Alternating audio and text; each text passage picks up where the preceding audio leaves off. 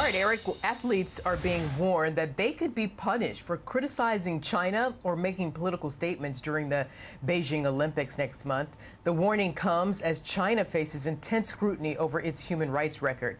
But officials in Beijing say they are enforcing the rules set by the International Olympic Committee. The IOC Athletes Commission guidelines state, quote, no kind of demonstration or political, religious, or racial propaganda is permitted in any Olympic sites, venues, or other areas. Let's bring in Dr. John Carlos, bronze medalist in the men's 200-meter race in the 1968 Summer Olympics in Mexico City. Also took part in that historic, iconic protest during the medal ceremony with fellow American Tommie Smith, who took home the gold in that race. Dr. Carlos, nice to have you with me again. What do you think about China's warning, and should athletes adhere or not?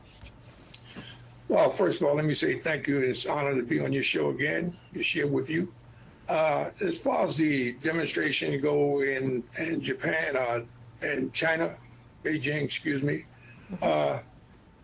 it's a restriction that's put on them by this particular Rule 50 that they have with the International Olympic Committee.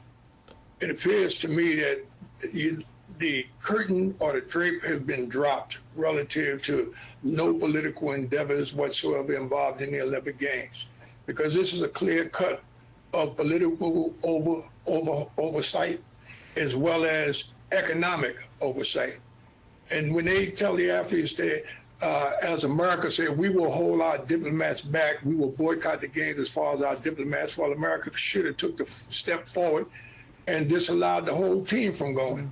But to send the young athletes there that might have humanitarian concerns just here in the United States, not to mention what's the atrocities going on in China, for them to be voiceless, to not be able to make a statement or to make a gesture concerned about humanity is absolutely absurd. And once again, I'll tell you that the United States and the International Olympic Committee need to get their acts together. They're putting a tremendous amount of pressure on these young athletes. I want to talk about that pressure in a second, but I want to listen right now to Representatives Michael Waltz, a Republican of Florida, and Jennifer Wexton, a Democrat of Virginia, on a bipartisan push to halt taxpayer funds to the International Olympic Committee. Let's take a listen. We don't think the taxpayers, American taxpayers, should be subsidizing the IOC as a 501c4, which means it's a social welfare organization, to then turn its back on these types of atrocities and put our athletes in a position of threatening their safety, but also having to choose between competing or turning a back on their values. Yeah. And it's exceedingly clear that they have moved away from their original mission of sport and companionship and also of human rights. So they agree with you that basically the IOC should not be doing business with China. And you mentioned the pressure that this puts on the athletes. Tell us more about that. Well, first of all, I commend those two politicians for bringing that legislation about. It's long overdue. And I might tell the politician, the young lady, that this is not new, current situation for the International Olympic Committee in terms of bringing politics into the games. Politics has always been into the games, but they like to put the curtain up when they feel it's to their advantage. And when it's to their disadvantage, they like to curtain it up again.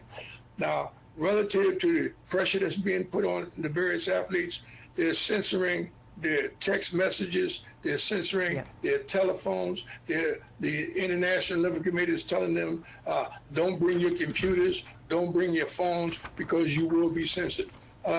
This is worse than actually being in the military, going to a Middle East country in a war zone.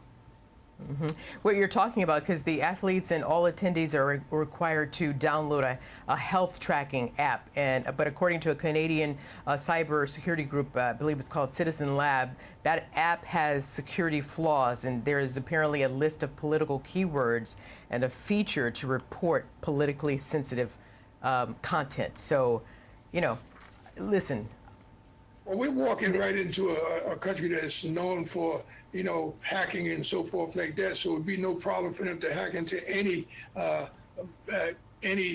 gadget that they have, phone, internet, or what have you, to find out what's going on and what the thoughts of the various athletes are and to hold them up.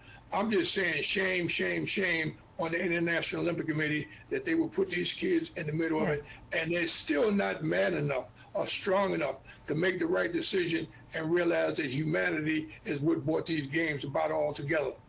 In the first place. Pierre Coubertin would be upset and be ashamed of them right now. So what should happen with the IOC? I mean, without the IOC, you don't have the games, and these, you know, all these world-class athletes want to participate. What should happen with the IOC?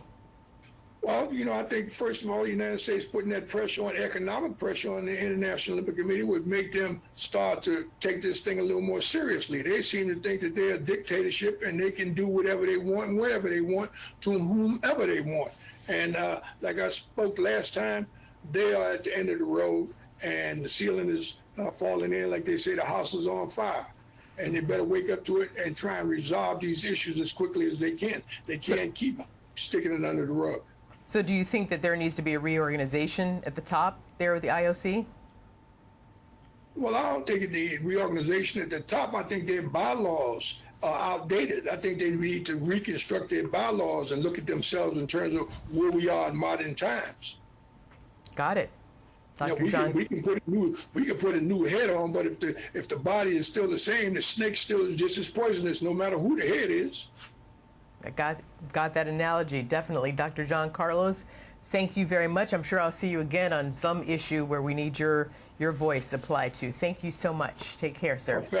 Thank you, and you have a great day as well. God bless you. Hey, Sean Hannity here. Hey, click here to subscribe to Fox News YouTube page and catch our hottest interviews and most compelling analysis. You will not get it anywhere else.